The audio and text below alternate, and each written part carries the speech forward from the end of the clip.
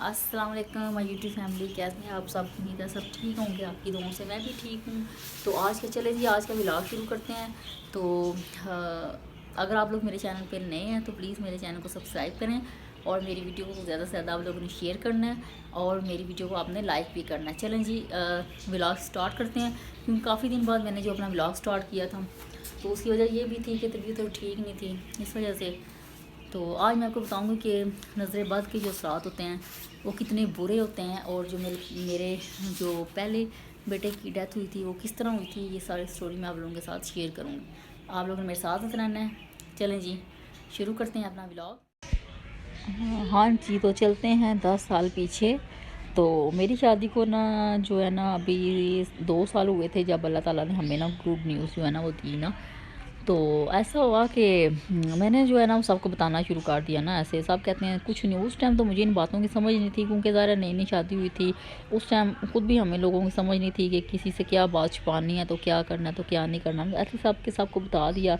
मेरे हस्बैंड के जो है ना सारे रिश्तेदार जो है ना हमारे महल्ले में सबको पता चल गया। तो मुझे ना मतलब कि 5th मंथ से ही ना मुझे जो है ना ख्वाब आना शुरू हो गए थे ना। ऐसे ना जैसे है बेबी के बारे में ख्वाब आते थे ना कि वो ठीक नहीं है, वो ज़िंदा नहीं है, इस तरह ना। वो मैंने अपने ना वहम समझ गया ना। मैंने कहा नहीं कुछ नहीं होता, ये वैसे ही ख्वाब है ना, वैसे ही ख्वाब है। और अम्मी को भी मैंने नहीं ना बताया।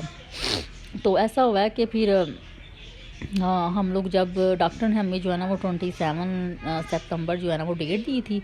तो मैंने सारे कहते थे कि कोई बात नहीं, अगर डेट से ऊपर टाइम चला जाए तो कोई मसला नहीं होता ना। तो ठीक है, मेरे मतलब कि 7 दिन जो है ना ऊपर चले गए थे। तो डॉक्टर के पास गए तो वो कहते नहीं अभी तो कुछ भी नहीं है, आपके साथ मामला इस तरह का नहीं है, आप ना सुबह आइएगा ना।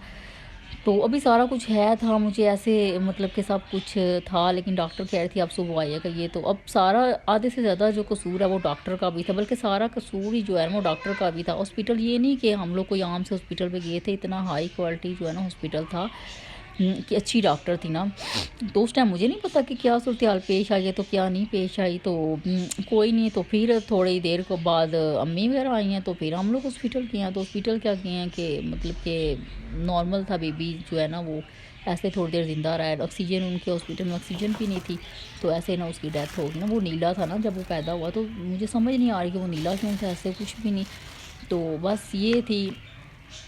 तो हमें 2 साल के बाद जो है अल्लाह ताला ने खुशी दी इस तरह ना। तो मुहर्रम का महीना था, तो जो ही मुहर्रम का महीना स्टार्ट हुआ ऐसे मेरे दिल में ना वहम आना शुरू हो गया। मैंने कहा मुहर्रम का महीना स्टार्ट हो गया, तो मतलब 6 मुहर्रम को जो है ना बेटे की जो है ना वो डेथ हुई थी। तो उसका नाम भी फिर मैंने हसन रखा था। तो बस फिर कुछ दिनों के बाद मतलब कि 2 महीने के बाद मैं फिर इतनी सीरियस बीमार हो गई कि तकरीबन मुझे 7 साल उस बीमारी में लग गए कि इतनी मेरी जो है ना वो सीरियस बीमारी थी ऐसे ना मुझे। तो ये जो नज़र बद का मसला था ना, ये इनकी फैमिली से चला आ रहा था ना। मतलब कि इनके ना पुराना कोई नज़र बद का जो जादू का इनके ना असरात थे इनकी फैमिली में ना। तो उस टाइम तो मुझे इतनी समझ नहीं थी। तो इन लोगों को तो पता था कि ये रिलेटिव्स के साथ अपने जो है ना इतने नहीं थे बोलते। तो मैं सोचती थी कि क्यों नहीं बोलते ये। तो उस टाइम मुझे सही मतलब कि उस तरह नहीं था मुझे पता। तो इसलिए फिर अल्लाह ताला ने बड़े साल बाद 10 साल बाद मुझे जो है ना औलाद की जो है ना वो दोबारा जो है ना खुशी सुनाई। वो मैं आपको नेक्स्ट वीडियो में बताऊंगी कि मैंने कौन सा वजीफ़ा किया। डॉक्टर के पास भी नहीं गई ना, क्योंकि मैं ना उम्मीद हो चुकी थी डॉक्टर से भी। कोई डॉक्टर वैसे भी नहीं था छोड़ा। तो उस वजीफ़े के करने से ना अल्लाह ताला ने मुझे ना 10 साल बाद जो है ना वो औलाद की ना खुशखबरी सुनाई। तो वो मैं आप लोगों के साथ नेक्स्ट वीडियो में शेयर करूँगी। इसलिए आप लोगों से मेरी जो है ना वो गुजारिश है कि आप लोग जो है ना वो अगर आप लोगों को कोई खुशी मिलती है या कोई आप काम ऐसा करते हो तो आप किसी को ना बताओ। लोग इस बात को बुरा मानेंगे कि आपने उनको क्यों नहीं बताया, ये तो वो तो कोई बात नहीं, माने दे बुरा अपनी। अब बता के अगर आप ये लोग जो है ना कुछ लोग समझते हैं नहीं ऐसा कुछ नहीं, ऐसा कुछ नहीं, और ऐसा हकीकत में होता है। जो नज़रें बद होती है ना वो इंसान को कब्र तक ले जाती है ना। तो अब क्या पता कि अगला बंदा जो है उसको क्या है कि वो किस तरह वो देख रहा है, क्या सूरत हाल है तो क्या नहीं। इसलिए आप लोग जो है ना अपनी चीज़ों को जो है वो छुपा के रखें। तो किसी के साथ आप लोग शेयर मत करें।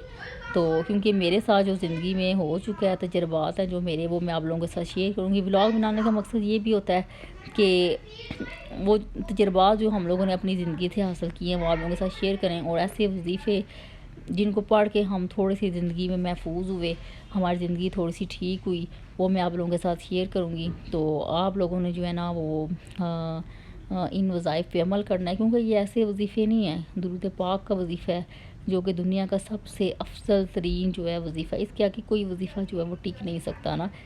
तो फिर औलाद का फिर ये है कि हमारे घर से जो है ना बड़े जादू के असरात जो है ना बड़े बहुत अरसे से जो है ना इनके घर में जो है ना जादू के असरात थे ना। तो इस तरह तो कोई नहीं, फिर वक्त के साथ हम लोगों ने अल्लाह पे छोड़ दिया कि अल्लाह की मर्ज़ी है यही, अल्लाह की मर्ज़ी यही। लेकिन इंसान का भी बड़ा लेकिन इंसान का भी जो है ना बड़ा अमल दखल होता है ना इसमें। तो वीडियो शेयर करने का मतलब आपके साथ ये था, अपने तजुर्बात के आप लोग इसे सबक सीखें, क्योंकि कुछ लोग जो होते हैं वो जो है वो सबको बताना शुरू कर देते हैं। फिर जब नज़र बद लगती है, जब नज़र जादू से भी बुरी चीज़ है ना।